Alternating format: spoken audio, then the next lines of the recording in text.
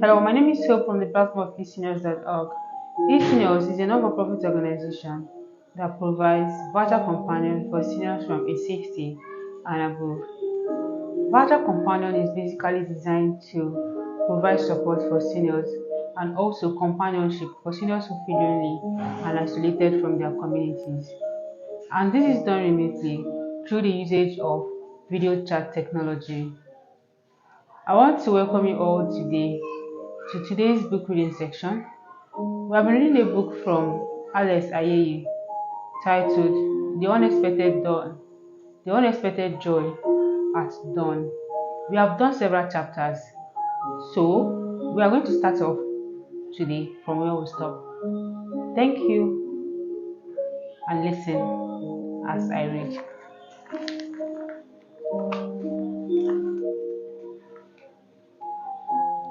Ilera was not a large town by Nigerian standards.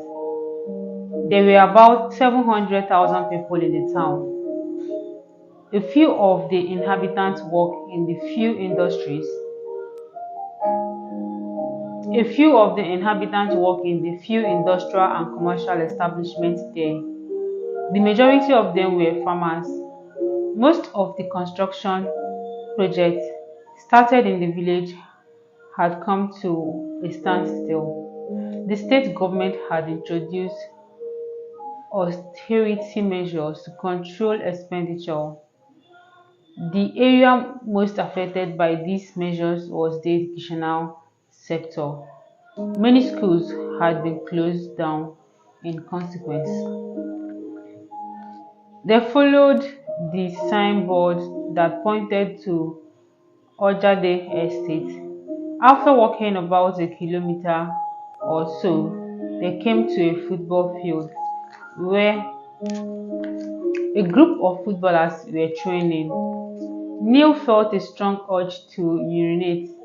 He beckoned on one of the players and whispered something into his ear when the player drew near. "Oh, you won't pass away, you won't pass water, Abby," he said to the hearing of all the rest, who were close attention to the friend and Neil, as by calling the young player from the game. Neil had interrupted the training section, however, briefly. Neil nodded. "It's here now," Neil guide said, pointing to the other side of the street. As Neil moved away, he looked about. There were no gutters along the street. The blocks of flats they had come to were beautiful. The surface of the road was, however, littered and very rough. He walked a few paces and, standing by a clump, unzipped the flap of his trouser and did the urgent business of emptying his bladder. After urinating, he went back to the young player. The player saw him coming and was ready for him. As soon as Nick got near to him, he asked somewhat impatiently, "What now, Abby?" "I thank you, my friend, but where is Omar Street?" he asked. He tried to remember the street on which the caretaker had passed the previous day. "This na Ojade, Omo Street. Be Omo Street be the next one now. This na Ojade, Omo Street be the next one now. Next, Omara Street, Abi. Next, Ikeri Pabo." Neil guessed which of the road would be the right one, that is Omaore Street. With great relief and great expectation, the adventurers headed for Omaore Street after thanking the most kind guide. Number 4 Omaore Street, Neil recollected the name of the address at which his relative was said to live. That would be about 30 minutes walk to the hotel. In high spirits, they moved on traffic increased. Horns of impatiently driven vehicles tooted loudly on the road. The vehicles blew dust about. Neil was in daydream. He pictured the magic of woman's company. He missed Martha. He had good reason for wanting to see the women at the Hotel Irohin was a one-story affair. It enjoyed considerable patronage among the various visitors to and workers at Ilere. It had a large terraced lawn, and the stairs leading to it were in two parts. The first part, which rose from the road, was very broad, while the second upper staircase was quite narrow. The front of the hotel was decorated in flowers. As you entered the hotel pouch, a line of a very beautiful vase holding equally beautiful collection of flowers met you.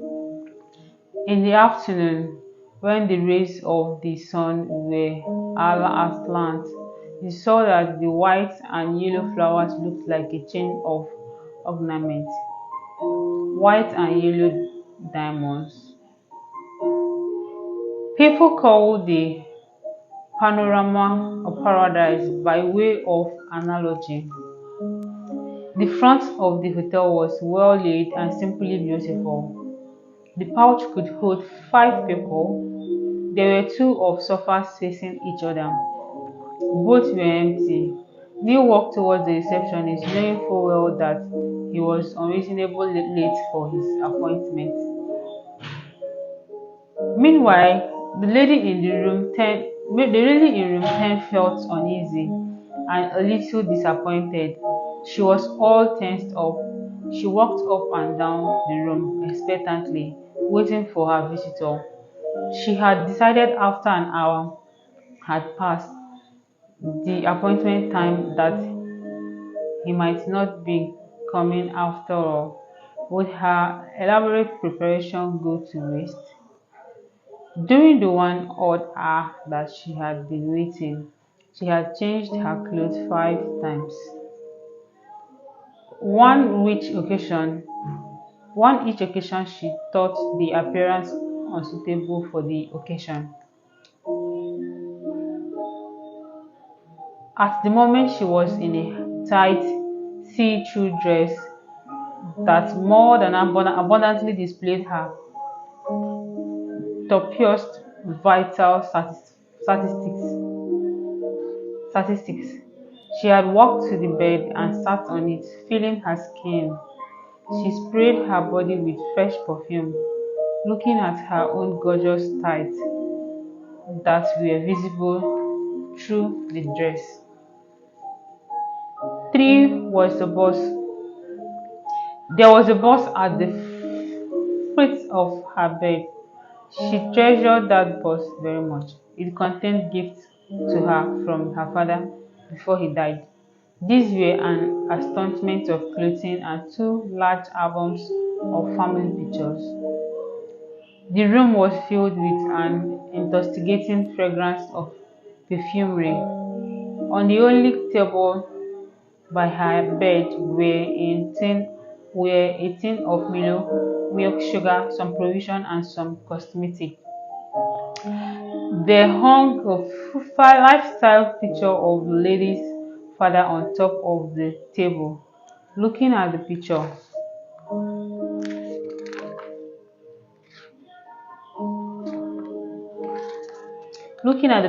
one was reminded of Hilda Galbly. As the lady waited uncertainly for her visitor, 2 friends of hers joined and teased her. When they had knocked, she had taken them for her visitor and rushed into their arms and opening the door hurriedly for them. They had laughed and laughed at her, not believing it herself. She had told them that her man would arrive any moment. So, when Neil finally arrived with his friend, abnormally late though he was, it was the lady's turn to tease her friends. Neil's sins of lateness were forgiven. They all enjoyed the joke and were happy to see their male girls. But this lady took the most joy. She took matters seriously. For her, it was an opportunity she wanted to make as much as possible. She had been urgently yearning for marriage. She had been at the hotel playing hide and seek with the officers. That must stop. This just could be her chance to quit the cat and mouse game and get a settled life. Neil and his friends waited in the lobby with their hostesses. Here they took turns to introduce themselves and get to know one another. "Oh, I've got you now," Neil's lady exclaimed, as if she was meeting her long lost friend. She was beside herself with excitement. She threw her arm around him, whisked him into her room, and closed the door after them with a bang. She held him close and led him to the door, which was the only furniture in the room anyway. Through the thin and skin tight clothing she had on, Neil felt the warmth of the woman's body. He looked her over. Her eyes were closed. He tried to look around the room but could not. She held on to him so tightly that her weight dragged him backward. Her breath was coming in urgent wheeze. Her hair was folding his chin. This was an exciting moment Neil had not prepared herself for, and so was slow to react. He was enjoying the woman's intimate gesture, but found it difficult to meet her boldness and adoring expressions. He could only grunt and take short, urgent breaths to indicate his perplexed and speechless admiration and appreciation. "You are beautiful, most enchanting and radiant," he stammered. Don't know what you. I don't know what to say." "That's all right. I heard you. Call me Mazda," she said with soft urgency, guiding him to the bed. Neil found his voice somehow. "You beautiful Mazda," he said, responding to her. He was still restrained and shy. He held on to her as they stood by the bed, and for some time they looked like a struggling pair, but there was no struggle, none at all. Neil took control and said, "First, tell me about yourself." She slanked her hood and opened her eyes like someone awakening from a trance, and fell on her back onto the bed.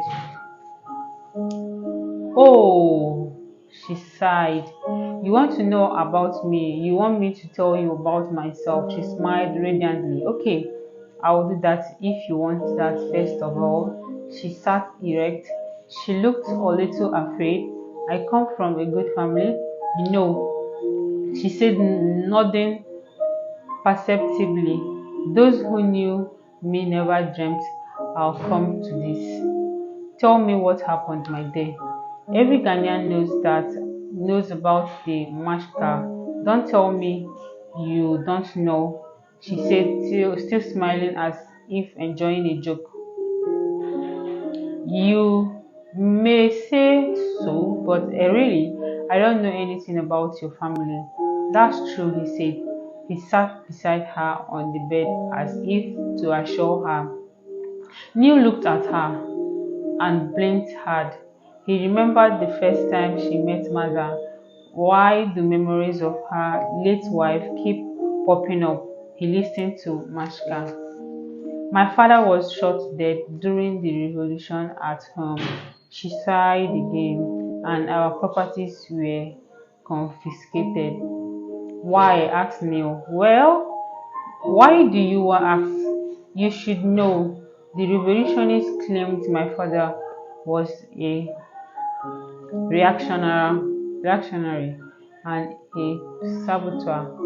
You don't know you don't know that either. Every Ghanaian by now or should by now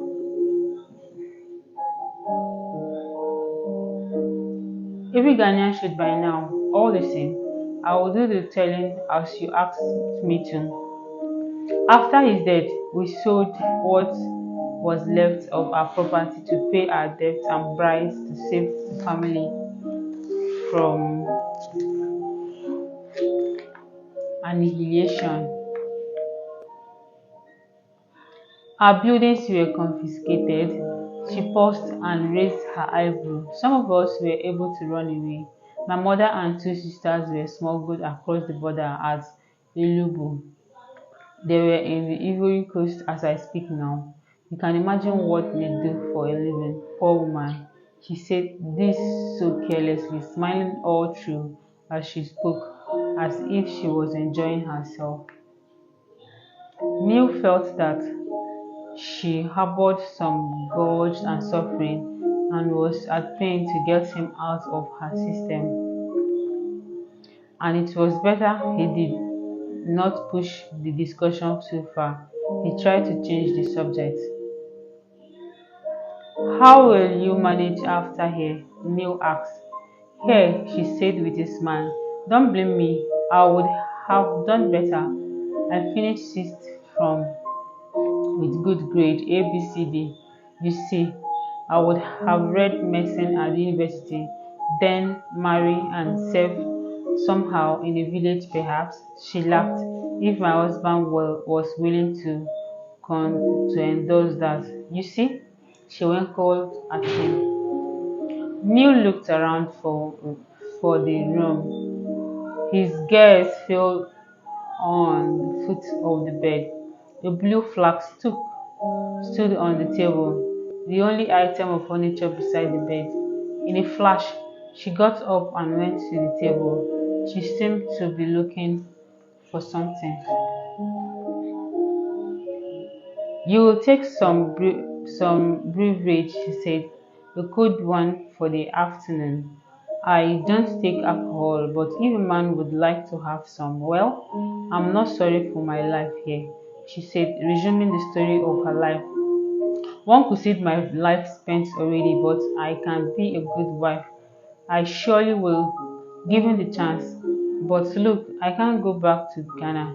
I'm scared of what they would do to me. Maska had let the cat out of the bag on her most earnest desire in life, marriage. Neil watched her. He did not know what to say to her at that moment, so he stared at the ceiling. A kettle was boiling on a small kerosene stove.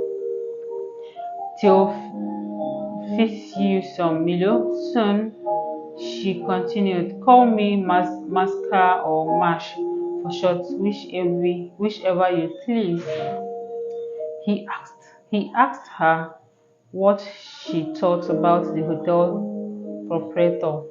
As for Neil, he did not like him. He had been put off the day he met the man at the storehouse. He must be or a trapped Neil up. She was of a contrary opinion. He is tolerant, we pay him well, and will behave, she said crisply. Then she said, still very cheerful, I have playing cards here, darling. Couldn't we play a game of cards there? She asked and went to fetch the cards which she put on the bed. We could drink and play. When we get hungry, I will prepare fufu. I'm sure you will like it. Deal, Neil said, giving the pack of cards that she had put down on the bed back to her. She dealt. Neil looked closely at the set of cards he was holding in his hand and smiled. He put a card on the bed on which they were playing the game. Mine is a king, Marja said, throwing her card carelessly on top of what Neil had thrown on the bed. Neil gazed intently at her face. Maza, Maza, he whispered, but the girl failed to understand what he meant. Neil thought were forever staring to Maza while he was in the presence of this gorgeous but embittered woman. She resembled his mother so much, he thought. Both his memory of and Maza's resemblance of Maza played a very Ignatius trick on Neil. You won't, she said. You tout good cards. No, no, Neil protested. Let's play to the finish. You may win in the end. My cards aren't good in either. Don't throw in the towel too soon. He dropped the first of his card on the bed and laughed happily, the way lovers do when wishing each other well. The lady had won the round. She did not pick up the cards immediately. She giggled rather. Then she froze and her appearance changed suddenly. Neil understood her. Someone was knocking at the door. Never mind, she said. Just sit tight. But Neil stood up, notwithstanding, and Maza followed suit. I like the simplicity here, Maza, Neil said, calling Maska Maza again. He was incredibly messing about. This isn't my style. I like a well-decorated room. And you're quite frank, Maza. This time, this woman did not ignore the messing up of her name with something else. She cocked her eyes at him and cupped her hand over the mouth. Oh, it's Mashka, she said, or Mash. Yes, yes, Mash. Mash. He called the name correctly this time. I've always been frank. I want you to take me just as I am.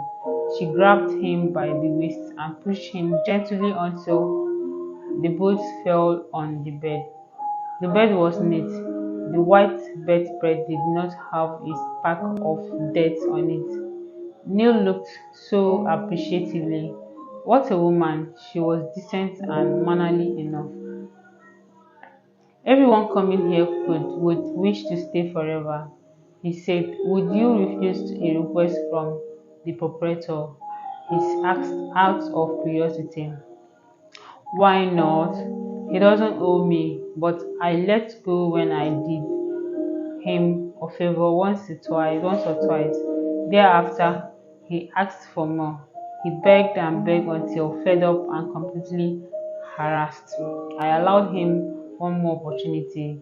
It's all in return for protection here. Somebody would bundle me out of here and kill me just as they did to Dad and one of my brothers over there in Ghana. I have no one to protect me here. Neil understood her urgent need, or did he? He pulled away from her. Have you heard from your brothers and sisters? Well, I can't tell about the boys. I presume they are all stopped schooling. Daddy cared for us well. We were all in good schools. We were waiting for the day the government will be changed.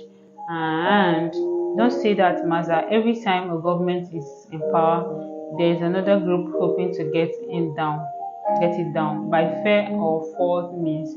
But you see, Mash, do you know my wish? She shook her head. He became serious. I'm looking forward to the day when an African government will leave office because it has lost an election and a new one take over because the people say so. Oh, you're commenting on what I said, aren't you? I'm not preaching subversion. It's only that I feel worried when I think about my mother. She is getting old, though I think she is still beautiful. She smiled radiantly. I visited her once in Abidjan, and I was shocked at the number of men that went into her. She has taken to smoking too, which is bad for her health. I said to myself, what future match, what future, what a way to live with no hope of being loved. He glanced at the door. He was getting jittered for no reason he could tell. His mind was far away. He was on ease in the mental journey. What are you looking at, my dear? She asked. Me, don't mind me, Maza. I fumbled in the name again. Masha laughed loudly and appeared not to notice the renaming of her. If I could find the means to liberate and resettle my family, I would do so, she said. You know the government back home isn't legitimate, is not. But look at me, I can even defend myself. There she goes again, Neil asked, speaking to himself. What is a situation to what a situation to be in? He was silent for a while. This woman had all the sympathy that he could feel for anyone in a bad situation. Back home, those in government and indeed most people hunting for alleged saboteur, she said, and come to think of it, they are all real saboteurs, conspirators against the nation growth. They are anti-people and anti-state. They just want the That's just what they are. New shock, he said. He was in deep contemplation of the affairs. The lady kept quiet. Maza, he called Masha's name again. She did not want to be called Maza. Mashed or Masha. Why can't you call me Mas or Maja? She protested, justified. Oh, didn't I call you by that? Mash. That's what it is going to be. Mash or nothing else. Mashed. I only want to sit and look at you, and for putting me to ease, I'll call you Maza. There there you go again, Maza. I say it's mash. Ah, mash. Mash. Neil sat up and ate the biscuit avidly. The knocking behind the door came again, loud and persistent. Neil got up. Who is that, Mash? She asked towards the door. You will put the door down, she said. Neil joined her. What about visiting me at Milike? The place is he said, I will come tomorrow if it will suit you. When Neil opened the door, the old fat proprietor of Hotel Elohe stood there. Neil cast an unfriendly look at him and walked past him. He joined his friend. Together, they walked into the silent darkness outside towards Maliki. That evening, they ended their query. The caretaker changed them with attempting to abscond contrary to their pledge to abide to his instruction. He warned them what it was to be their last. Never leave the house until you are asked to do so by me or by my brother. That was it. And he added that that day was his birthday, and that is was usual of him to compassionate at such time. Any subsequent disregard for the order would not be tolerated, he told them. He had them stand before him attentively with their hands by their sides and asked them to plead individually for forgiveness. They did so without waiting to do it, without wanting to do it.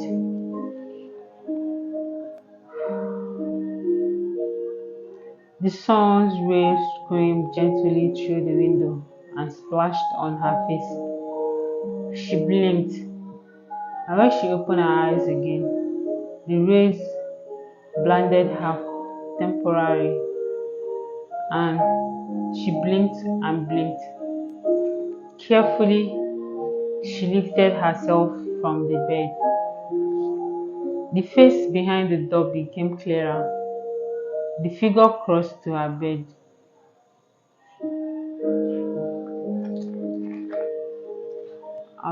This is where we're going to be ending today's book reading section. Till we meet again in the next one. Thank you so much for listening, and bye bye.